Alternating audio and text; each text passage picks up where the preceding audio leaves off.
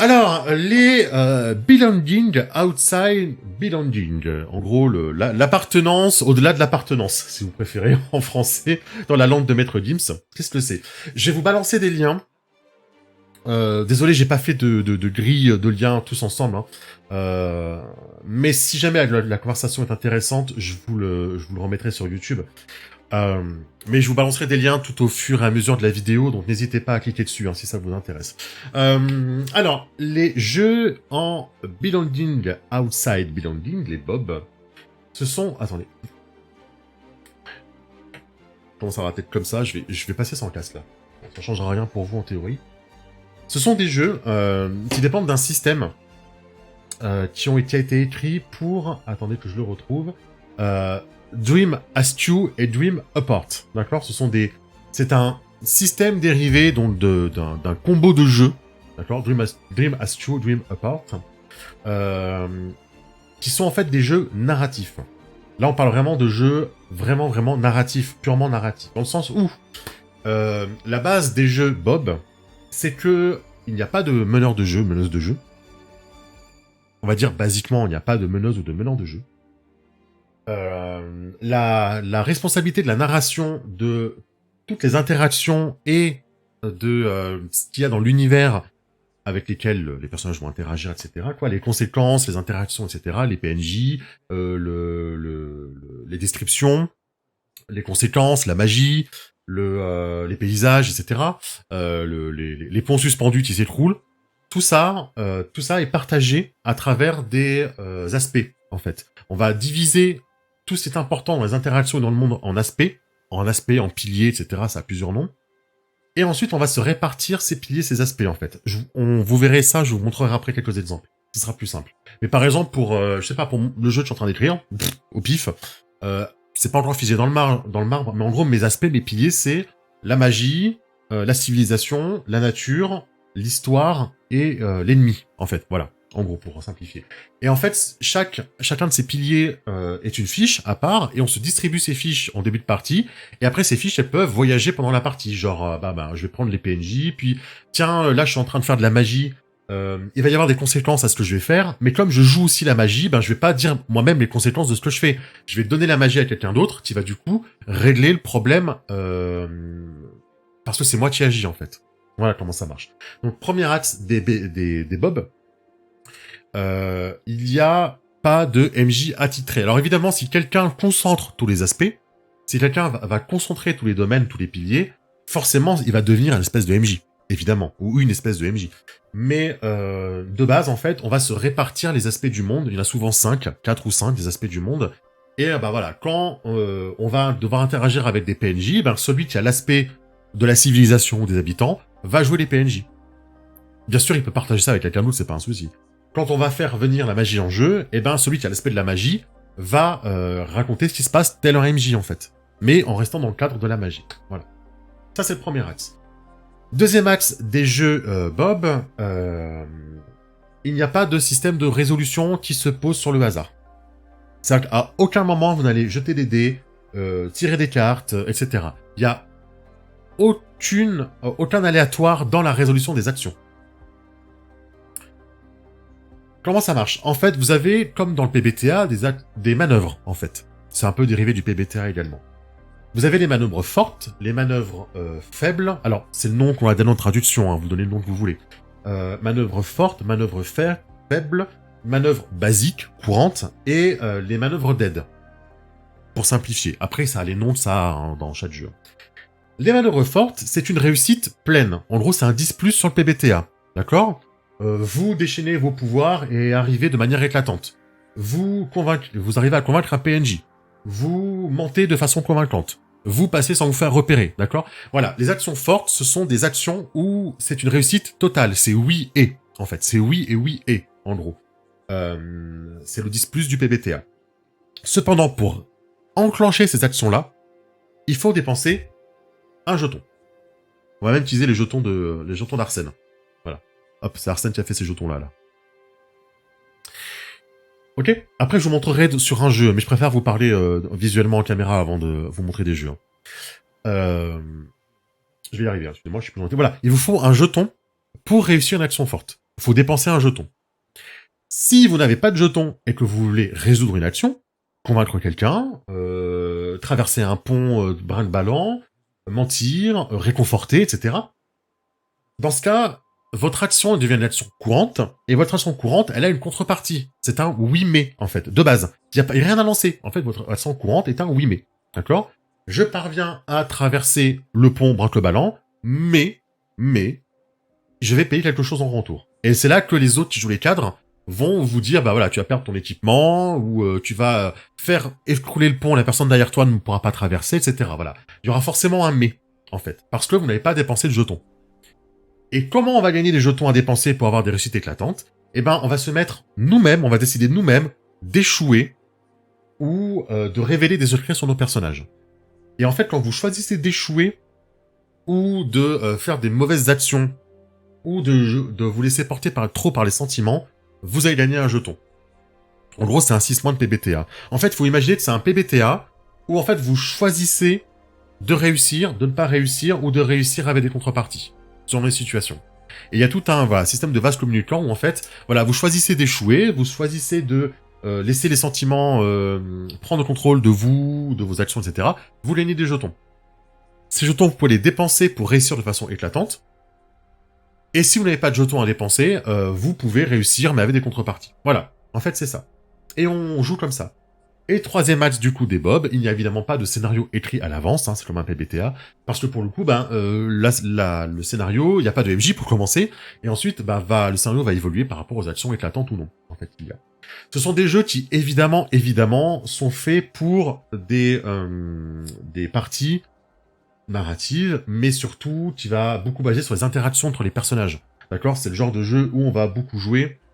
C'est pas un jeu où on va faire des combats tactiques, hein, vous imaginez bien. C'est un jeu où le groupe est extrêmement important. Où l'histoire qu'on va raconter, les liens qu'on va créer entre nos personnages, le drama est hyper important. Surtout que dans vos fiches de personnages, vos manœuvres faibles, celles qui vous rapportent des jetons, c'est souvent des manœuvres drama, hein, vous imaginez bien. Hein. Donc voilà, ça, c'est super intéressant. Et évidemment, comment dire, comment on crée un jeu Belonging Outside Belonging. Voilà, en gros, c'est quoi le propos du jeu? Je l'avais sorti quelque part, c'est là. J'avais vu en anglais une phrase qui les résumait bien. C'était que la seule chose importante pour l'auteur du jeu, dont j'ai évidemment oublié le nom, que je vous retrouverai bien sûr, si vous tapez un petit peu, vous retrouverez. Avri, c'est ça, c'est Avri. Ça dit Avri, c'est que la chose la plus importante, c'est qu'un jeu Bob est à propos d'une communauté, d'accord, marginalisée, qui essaye de vivre en dehors d'une culture dominante. En gros, vous allez jouer un groupe marginal. Alors, groupe marginal, les premiers jeux d'Avri, c'était vous jouez des queers ou vous jouez une communauté juive, par exemple. C'est ça, ces premiers jeux. Mais quand vous jouez un groupe de héros, style les types Avatar du dernier maître de l'air, qui va affronter un méchant, c'est un propos de Bob, parce que vous jouez une communauté, ou quand vous jouez de la communauté de l'anneau, du Seigneur des Anneaux, vous jouez une communauté qui essaye de vivre et de survivre face à une culture dominante, en fait. La communauté de l'anneau, le Seigneur des Anneaux, c'est un Bob, hein, techniquement, dans les faits. Voilà. Voilà. Je vais vous lire maintenant, salut Freux. Bonne soirée, amuse-toi bien, toi aussi. J'adore tes rappels à l'ordre. Ah mais attends, avec Lorraine, ça rigole pas. Je pense qu'il faudra que je teste un Bob en compagnie de quelqu'un qui a déjà joué pour comprendre l'essence. Alors moi, j'ai jamais joué à un Bob, jamais de ma vie. Hein. Mais je suis en train d'en écrire un, pourquoi? Parce que je trouve que c'est intéressant comme exercice de décortiquer un peu le système pour comprendre comment il fonctionne. Un petit actual play de démo. Ouais, c'est prévu, Sloppy. J'ai un jeu à tester. Des hippies, ouais, c'est un jeu pour des hippies, ouais. Des woke. Non, bien sûr que non. Hein. Donc voilà, qu'est-ce que je peux vous proposer comme jeu? Alors déjà, je vais vous présenter l'article de Mathieu B. D'accord, sur son premier rapport au Bob. Ensuite, il a écrit un excellent n'importe quoi. Il a écrit un excellent guide. Salut Freemay. Il a écrit un excellent guide sur les Bobs que je vous envoie, qui est très très intéressant, où il présente qu'est-ce que c'est quoi le propos, les cadres, les personnages, etc. Comment ça fonctionne, comment se répartit. Franchement, vous lisez ça, vous avez tout compris. Je pense qu'il y a, j'ai pas trouvé un Bob mieux expliqué que ce qu'a fait Mathieu B sur cet article-là. Il est gros, hein. Très très gros article, hein, mais très très cool. Qu'est-ce que tu penses de faire du Bob en solo? Alors, j'ai pas encore trouvé de vrai Bob écrit pour du solo, mais Gaël Sacré, Willots, a dit que dans sa version de Saga Héroïque, il mettrait un module solo. Donc à voir. Moi, ce qui me pose souci dans le Bob en solo, c'est que ça joue tellement sur les relations entre les personnages que je trouve qu'on perd un énorme attrait en fait du jeu, qui est la conversation, le fait de créer une histoire à plusieurs. Vous allez me dire oui, mais le jeu de rôle, c'est créer des histoires. Oui, ok, y a pas de souci, mais je trouve que le Bob, c'est vraiment au centre. Il n'y a pas de meneur de jeu en fait, donc ce qui fait que la conversation et la discussion et les relations, c'est vraiment le cœur du jeu. Et du coup, faire ça en solo, je sais pas ce que ça donnerait. Je sais vraiment pas ce que ça donnerait. Vraiment, vraiment, vraiment. Qu'est-ce qu'on attend toujours? Mon jeu? Attends, j'ai commencé à écrire il y a 2 semaines. Attends, il y a un peu de patience, quand même. J'ai fait un gène avec le même dynamique. Un gène dans le co-création, tu joues des punks à Berlin S à la chute du mort. Super cool, ça. C'était où, Super Park? C'était où que t'as joué à ça? Mathieu B est partout. Allez, Mathieu B, c'est le roi. J'ai fait Wonder Home en solo. Ah, j'en ai parlé de Wonder Home, c'est cool. Et ça tourne en mode journaling avec l'aide des muses oreilles. Ouais, ok. Ah, celui de Gaël Sacré. Oui, on attend toujours. Mais d'ailleurs, pour rire, je lui ai envoyé un petit MP la semaine dernière, parce qu'en fait, j'ai lu son jeu, Saga Heroic, après avoir commencé à écrire le mien. Là, je me suis dit, mais OMG, en fait, on écrit le même jeu, donc je me sentais un petit peu mal. Surtout qu'il est juré dans le dans le concours où je l'ai envoyé, donc j'ai envoyé un petit MP, je lui ai fait, ouais, salut, alors juste pour te dire que je viens de lire ton jeu, franchement, etc., c'est super cool.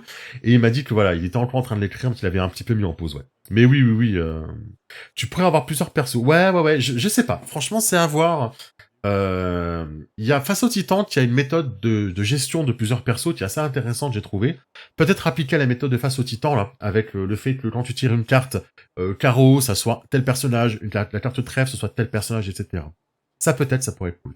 Ça serait intéressant, Chichi, si jamais tu as l'occasion de nous partager peut-être ton journaling sur Wonder Home, ça pourrait être très cool. Donc voilà. Alors, qu'est-ce que de toi je peux vous parler? Alors, dans l'ordre, peut-être dans l'ordre dans lequel j'ai découvert peut-être. Le premier que j'ai découvert, j'en ai déjà parlé, j'ai déjà fait un stream dessus, c'est Before the Spires Falls. J'en ai déjà parlé. Donc si vous avez été là, je crois au mois de mars, j'en ai parlé. Before the Spire Falls, je vous l'envoie. Traduit par Gaël Sacré. Willots. Hop, je vous envoie un lien. Tiens, gratuit, on paye Watch One, tiens, gratuit. Tiens, gratuit. Qui est vraiment très très cool. Alors, c'est pas le jeu qui est le mieux expliqué pour être un Bob. Pour le coup, la première fois que j'ai lu, j'ai pas tout compris. C'est vraiment l'article de Mathieu B qui m'a aidé à comprendre. Mais par contre, il me parle beaucoup, j'aime bien. Donc vous voyez, il vous explique, hein, on a les manœuvres vulnérables, les manœuvres neutres et les manœuvres puissantes. Ah oui, j'ai oublié de vous parler, les manœuvres d'aide, parce que certains jeux ont des manœuvres d'aide. Certains jeux, ils ont juste une catchphrase, mais certains jeux, ils ont une manœuvre d'aide. La manœuvre d'aide, c'est pour faire gagner un jeton à quelqu'un d'autre. En fait, quand quelqu'un fait une action ou qu'on fait une action en rapport par rapport à lui, on peut lui faire gagner un jeton. Voilà. Dans ce jeu-là, vous avez un attrait. Vous n'avez pas de manœuvre d'aide, vous avez un attrait. Lorsque quelqu'un vient se mettre sous ta protection, elle gagne un jeton. Voilà. Ça, c'est une manœuvre d'aide, on va dire, c'est un attrait. Voilà.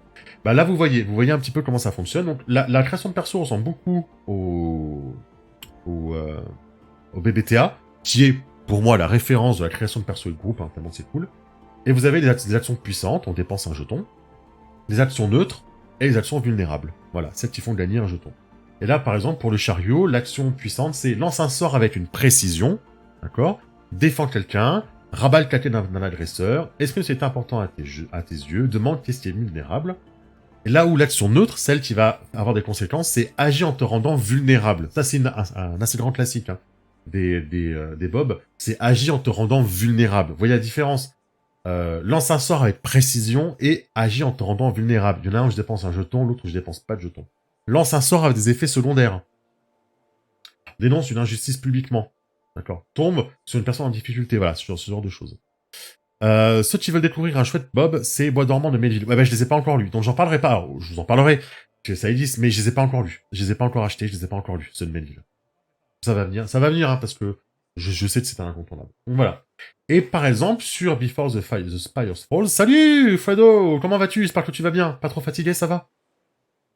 Les piliers, les domaines, d'accord? En gros, le travail du MJ qu'on se partage entre joueurs, c'est le néant, la menace en gros, le voyage, le chemin à parcourir, la magie, les habitants. Voilà, là il y en a 4. Dans Before Spires Falls. C'est pas facile à dire pour un Belge. Par exemple, quand est-ce qu'on va invoquer le chemin à parcourir, le voyage? Invoque-le quand le groupe avance et qu'ils ne savent pas où aller ensuite. Montre des signes d'un danger immédiat, bloque le passage, sépare-les, change d'environnement. Alors en gros, quand le groupe va voyager, la personne qui va jouer le chemin va se dire, bah voilà, je vais bloquer le passage. Et donc, bah voilà, le groupe arrive devant un pont qui s'est écroulé. Voilà, c'est tout. Voilà, c'est tout. Et après, on va discuter un petit peu, décrire ce qui se passe et comment on va avancer là-dedans. Claquer, mais je vais survivre. Comment va le chat et le streamer? Le streamer va bien, franchement ça va. Je pense que dans 10 minutes, je vais couper parce que je commence à avoir mal au dos. Je vais pas te mentir, malheureusement. Mais ça va. Tu rates un truc, ouais, je sais. Mais après les bobs, c'est une découverte très. Alors non, je connaissais les bobs déjà de nom il y a un an, mais la lecture des bobs c'est hyper récent. Ça date d'il y a franchement peut-être 2 semaines. Hein. Je me suis vraiment mis à lire des bobs il y a 2 semaines. Hein. Parce que c'était pas dans ma pile à lire, on va dire. J'essaie de réduire ma pile à lire. Et dans ma pile à lire, j'avais les bobs. Et donc, j'avais lu Before the Spire Falls. Je l'avais proposé plusieurs fois en jeu communautaire. Les gens ont jamais voté pour lui. Et du coup, j'ai un peu mis de côté. Mais voilà, du coup, j'y suis retourné il y a pas longtemps pour écrire justement un jeu pour le concours. Et je suis tombé à fond dedans. Et vraiment, j'adore de ouf. Alors, de quoi on peut parler d'autre? Alors, il y a Marvelous. Marvelous, il est en anglais. C'est pour faire du masque. C'est du masque en bob. Voilà. Je crois que je peux pas mieux vous décrire Marvelous que c'est vraiment du masque. D'ailleurs, ils le disent hein, dedans, ils citent que l'aspiration principale c'est masque. Hein. Donc voilà, c'est le même principe. Alors, moi, ce que j'aime voir à chaque fois, c'est les piliers. En gros, c'est quoi les piliers du monde? Qu'est-ce qu'on se partage comme piliers? Là, les piliers sont super intéressants. Les piliers de Marvelous, donc c'est du super-héros, drama, teen, etc. C'est l'autorité, donc en gros les adultes. Les médias, moi, les médias, j'ai trouvé ça très très cool. Qu'il y ait une personne à table qui joue les médias, en plus de son personnage, hein, parce que, évidemment, je le répète, mais dans un Bob, vous jouez votre personnage, mais aussi un des aspects du monde. Donc vous jouez votre personnage, mais aussi les médias. Ça, c'est cool. Avec évidemment des tips. Moi, j'aime beaucoup comment c'est présenté. Hein. Il y a des tips pour bien le jouer, quand est-ce qu'on doit le jouer, quelle manœuvre vous avez en tant que média. C'est très très cool. Les autres adolescents. L'extraordinaire, quoi, le spectaculaire, l'héroïque, quoi. La ville en elle-même. D'accord? La ville en elle-même. Et le poids de l'histoire. Le poids de l'histoire, c'est, si vous avez joué à un masque, vous savez que la masque, il y a plusieurs générations de héros. Bah, c'est ça, en fait. C'est les générations de héros successives. Voilà. Et je trouve ça très très cool. Donc ça, c'est Marvelous. Vraiment, je vous le conseille, il est vraiment cool. Les archétypes de perso, ils sont assez rigolos. Il y a je vais passer rapidement, il y a l'idole, celui qui veut briller devant les caméras. Très très cool. Il y a l'encre. L'encre, c'est le personnage qui n'a pas de pouvoir, mais qui est au centre du groupe. Ok? Véritablement, quoi. C'est le perso qui fédère le groupe. Il y a la tempête, c'est la Nova, quoi, le personnage qui peut perdre ses pouvoirs. Il y a le vilain, quoi, le repenti. L'héritier, celui qui descend du nom de l'héritage de super-héros. Le rookie, celui qui vient de découvrir ses pouvoirs et qui les maîtrise pas forcément très bien. Voilà, c'est ça. Passe un peu vite, hein, mais voilà, je vous envoie les liens à chaque fois. Si jamais à un moment donné vous avez besoin de liens, je vous renvoie les liens. Mais je pense que je ferai un tweet après le stream, je ferai un tweet où je vous les remontrerai tous. Et je vous mettrai un lien vers plusieurs collections de Bob, bien évidemment. Voilà. Je vérifie s'il y a du monde dans le chat qui pose des questions, mais pour l'instant, ça va. Ensuite, un que j'ai beaucoup aimé, c'est I Teen Strange Dreams, et il est français. Cocorico, mes amis, enfin francophones, je sais pas. C'est pour jouer du Stranger Things. C'est à mi-chemin entre Monster of the Week et Tales from the Loop. Véritablement. C'est du Bob, hein, toujours, c'est-à-dire c'est sans MJ, système narratif, on fait une construction d'histoire ensemble, on dépense des jetons pour faire des réussites éclatantes, on gagne des jetons quand on fait des échecs, on choisit de faire des échecs et où on monte ses sentiments. Et celui-ci est assez cool. Pourquoi tu n'as pas téléchargé mon ami? Voilà, il arrive. Voilà. I Teen Strange Dream, je suis vraiment nul en anglais. Donc voilà, ici vous voyez Dream Apart, Dream Stew et Marvelous à l'intérieur. Alors comment ça fonctionne? Ben voilà, c'est véritablement pour faire du Stranger Things. Vraiment l'inspiration. Alors il propose plusieurs contextes, je trouve ça assez cool. Il y a le contexte. Je vais vous montrer ça tout de suite. Voilà, il y a le New World dans la Stranger Things, en gros quoi. Le Tales from the Loop classique quoi. Il y a l'urban fantasy pour faire du Buffy, vous préférez, et le post-apo avec des enfants. Vous savez, un petit peu comme tous les trucs qu'on a eu dernièrement, là, les labyrinthes, qu'est-ce qu'il y a eu, les trucs, enfin, les divergentes de compagnie, quoi. Voilà, pour faire du post-apo, mais où jouer des ados, des enfants, quoi, en gros. Donc voilà, il est assez cool. Il y a l'élu, l'instable, le monstre. Vous pouvez reconnaître un petit peu la brute. Vous reconnaissez des profils de Tales from the Loop et de Monster of the Week. Hein. Le nerd, le cool, le gentil. On va prendre par exemple les manœuvres du gentil. Fait une action, mais elle vous laisse vulnérable. Donc si vous dépensez un jeton, vous faites une action qui réussit. Si vous dépensez pas de jeton, elle vous rend vulnérable. D'accord. Le jeu fonctionne différemment qu'un Bob classique, même s'il a fait une extension pour le jouer classiquement. En fait, où lui, il fonctionne plus sur un système de oui, mais, et pour enlever le mais, on dépense un jeton. Merci Sloppy, à dans 2 semaines. Passe de bonnes semaines, merci d'être venu en tout cas. Et en fait, vous gagnez les jetons si pendant une scène, vous avez joué une pulsion, en fait. Voilà, ça joue un petit peu différemment, mais c'est le même principe, pour le coup. Et les maillons, donc les maillons, c'est des piliers, en gros, hein, les domaines, que vous répartissez pour faire le MJ. Il y a l'autorité, les enfants, l'urbain, le sauvage, le surnaturel et le maillon top secret. Vous savez, hein, un peu comme dans Stranger Things, le gouvernement quoi qui agit derrière.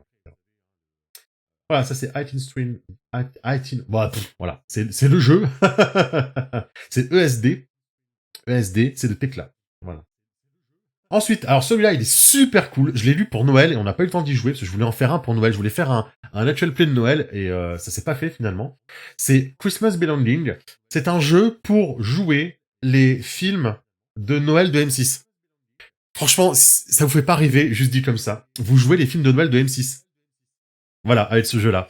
Où en gros, bah voilà, vous jouez les personnages qui étaient dans la ville et qui arrivent dans son village natal et qui découvrent l'esprit de Noël, quoi. Voilà. Et il y a un des persos, il peut jouer le Père Noël. Vous savez, le Père Noël qui... le Père Noël qui... Oui, bah oui, je pensais déjà, je suis bête, je l'ai acheté. Le Père Noël qui arrive de temps en temps dans une scène. Et ben là, il y en a un, il peut jouer le profil du Père Noël. C'est-à-dire qu'il a une de ses manœuvres, c'est de se pointer dans une scène comme il a envie. Parce que c'est le Père Noël, quoi. C'est trop énorme, quoi. C'est trop drôle. Vous avez le ou la princesse, hein, qui vient d'une lointaine contrée, mais qui reste incognito.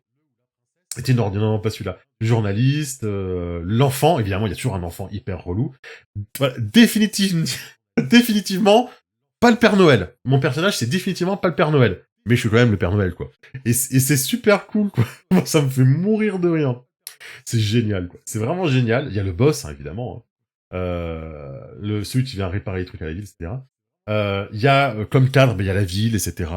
Donc, c'est assez rigolo. Moi, j'ai vraiment hâte d'y jouer. Je pense pour Noël, il faut qu'on se fasse une petite partie de ça, quoi. Pour jouer un film de Noël. Bon, pas. Ça, c'est Christmas Belonging. Belonging. Diamond de Rome, qui est de J Dragon, qui est... salut à qui? Salut à toi. J'essaie d'accélérer un petit peu parce que vraiment, je commence à douiller, là. Puis j'ai rendez-vous après. Wonder Home qui est alors je l'ai pas acheté, j'ai le titre, je l'ai pas encore lu le titre hein, parce qu'il y a un titre gratuit français traduit hein, un titre de démo, donc n'hésitez pas à aller prendre le titre de démo qui est traduit par une team aux petits oignons hein, encore une fois. Mais je l'ai pas encore acheté celui-là. Mais voilà, c'est une référence parmi les références Wonder Home.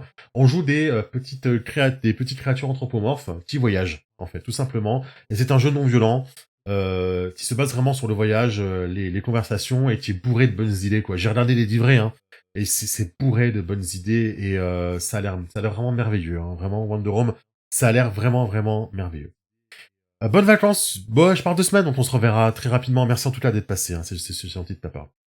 Mais passe de bonnes vacances toi aussi. Enfin, bonnes vacances ou passe de bonnes semaines à toi. C'est cool. Wonder Home, je vous conseille vraiment d'aller télécharger le titre de découverte parce que c'est une petite merveille. Hein, Wonder Home. C'est feel good. C'est un jeu feel good. C'est un jeu sans conflit, sans violence. C'est juste pour jouer, se faire plaisir et se faire du bien. Un jeu doudou. Un jeu doudou comme on dit quoi. Donc ça change et c'est cool. Donc ben voilà, je le lirai. Je crois que je le lis ce soir parce que je crois que j'ai quasiment fini ce que je suis en train de lire en ce moment. Donc je pense que je lirai le titre ce soir. De Wonder Home. Un joli petit doudou. Ouais, un jeu doudou. Non, mais c'est super cool, quoi. Le but, c'est d'avoir, voilà. Bon, il peut y avoir du confiance avec les personnages, mais Voilà, c'est feel good. C'est voilà, c'est et les manœuvres et tout est feel good quoi. Donc c'est cool quoi. Mais en général, allez voir ce que fait Melville. Hein. Quand vous allez sur ce jeu-là, vous pouvez faire tout voir par Melville et du coup vous allez voir un petit peu ce que fait Melville. Et elle a fait beaucoup de jeux Bob. Voilà, c'est super cool. Saga héroïque. Saga héroïque. Alors pour l'instant, on a que la version minima. La version minima, c'est de Gaël Sacré. Hein. Hop, Willots. Qui a traduit Before the Spire Falls. C'est un jeu pour faire du Star Wars ou ouais, du Star Wars ou du Seigneur des Anneaux à la limite. C'est un jeu pour aller affronter le grand méchant. Voilà, pour le coup. Ça ressemble beaucoup à ce que j'écris, donc le pauvre. Enfin, voilà, j'essaie de faire un truc très différent maintenant. Mais voilà, pour l'instant, c'est la version minima. Pourquoi la version minima? En gros, c'est la version de démo, 26 pages. Euh, il est en train de travailler sur la version complète. Mais là, pour l'instant, il nous propose 26 pages. Les cadres, c'est la menace, les habitants, la quête et le pouvoir, un truc comme ça. En gros, la force, si vous préférez. Parce que vraiment, quand je l'ai lu, c'est Star Wars. Hein. J'ai vraiment vu que c'était pour faire du Star Wars, hein, saga héroïque. Bon voilà, c'est assez cool. C'est la mise en page est très jolie. Lui, il a trois types d'actions. C'est celle qui rapporte un jeton, celle qui perd un jeton et celle qui donne un jeton. Voilà, il n'y a pas d'action basique, on va dire, dans saga héroïque. Et voilà, ben j'attends impatiemment la suite de Saga héroïque, parce que moi ça m'a bien hypé, donc n'hésitez pas à aller voir si ça vous plaît. Pour faire du Star Wars également, je vous propose, celui-là je l'ai lu, c'est Galactic. Galactic il est gratuit, on paye what you want, non il est gratuit. Si, il en paye what you want. C'est de Maxime Carpentier, là aussi c'est pour faire du Star Wars. Là par contre on s'y cache pas du tout, hein, la typo c'est Star Wars, pour le coup. Donc, et on a le profil du Vaurien, on a le profil du pseudo Jedi, quoi, etc. Et c'est vraiment fait pour faire du Star Wars. Et c'est assez bien foutu. Il y a beaucoup de tables aléatoires à la fin. Vous voyez là, tout ça là pour s'aider. On a des traits et chaque trait amène des manœuvres. Donc c'est très très cool avec des tables aléatoires pour générer un peu des environnements. Moi j'adore ça, vous savez les tables aléatoires. On va y arriver là. Vous voyez tout ça, c'est des petits exemples de manœuvres à faire dans les lieux. C'est super cool comme idée. Hein. C'est vraiment super cool quoi. Vu qu'on n'a pas de MJ et qu'on partage la narration, et ben voilà, ça permet d'avoir des idées de manœuvres à faire quand on joue tel ou tel lieu, quoi. Si je suis le cadre qui joue le lieu oublié, et que je me fais popper des ruines, eh ben, je vais avoir des manœuvres de ruines. C'est super cool comme idée, quoi. Moi, j'aime beaucoup, je pense que je reprendrai l'idée, vraiment. Les cadres, c'est les scélérats et les racailles, la libération, donc en gros la résistance, l'empire, le mandat, la force, l'espace entre, et je crois que c'est tout. Voilà. Bon, voilà, c'est ça, si, c'est tout. Voilà. Donc ça, je vous ai envoyé le lien, c'est là, effectivement. Et qu'est-ce que j'ai pas lu? J'ai pas lu les jeux de Melville. Je les ai pas encore lus, les jeux de Melville. Deux étés, je sais plus comment ça s'appelle, mais voilà, il y a deux étés, il y a la trilogie des saisons, la quadrilogie des saisons plutôt, avec deux étés, puis je les ai pas encore, vraiment, je n'ai pas encore pensé dessus. Il y a Flotsam qui a été traduit par Kelren. Pareil, j'ai pas lu, mais je vous le mets, on sait jamais. Ça peut faire un peu de pub, tant mieux, pour le coup. Et je crois que j'ai fait le tour. Je vais pas vous parler de jeux que j'ai pas lus, hein, parce que voilà, on va pas. Deux étés n'est pas un Bob. Ah bon, Deux étés n'est pas un Bob. Il me semblait, tu vois. Il me semblait que toute la quadrilogie était un Bob, en fait, il me semblait. Tu vois. Alors que je retrouve ça. Je me souviens. Ah oui, exactement. Il y est pas dedans, Deux étés. 3 jours de soleil. Ouais, voilà, Deux étés, 3 jours de soleil. Tu vois, tu comprends la méprise. Mais c'est un bon jeu aussi. Je n'en doute pas. Se souvenir de novembre, 3 jours de soleil, quelque part sur la route. Et les beaux gens. Voilà, en anglais et en français. Je sais pas si je vous ai mis le lien, mais je vous remets le lien vers Melville. Jamais. Hop. Et quelque part, voilà, ici, je vous mets la sélection de Mathieu B. Ça fait beaucoup de liens, je suis désolé, mais voilà, on sait jamais. Piochez là-dedans. Ça, c'est la sélection de Mathieu B sur les bobs, en fait. Il s'est fait une sélection des bobs. Donc, allez voir, parce que, moi, j'ai pioché là-dedans, en fait. Hein. Quand j'ai voulu découvrir les bobs, j'ai pioché dans sa sélection. Donc n'hésitez pas à aller voir. Si vous êtes curieux et curieuse des bobs, il y en a des gratuits, il y en a des payants, donc vous pouvez vous faire une petite idée, quoi. Véritablement de tout ça. Voilà. Voilà tout le monde.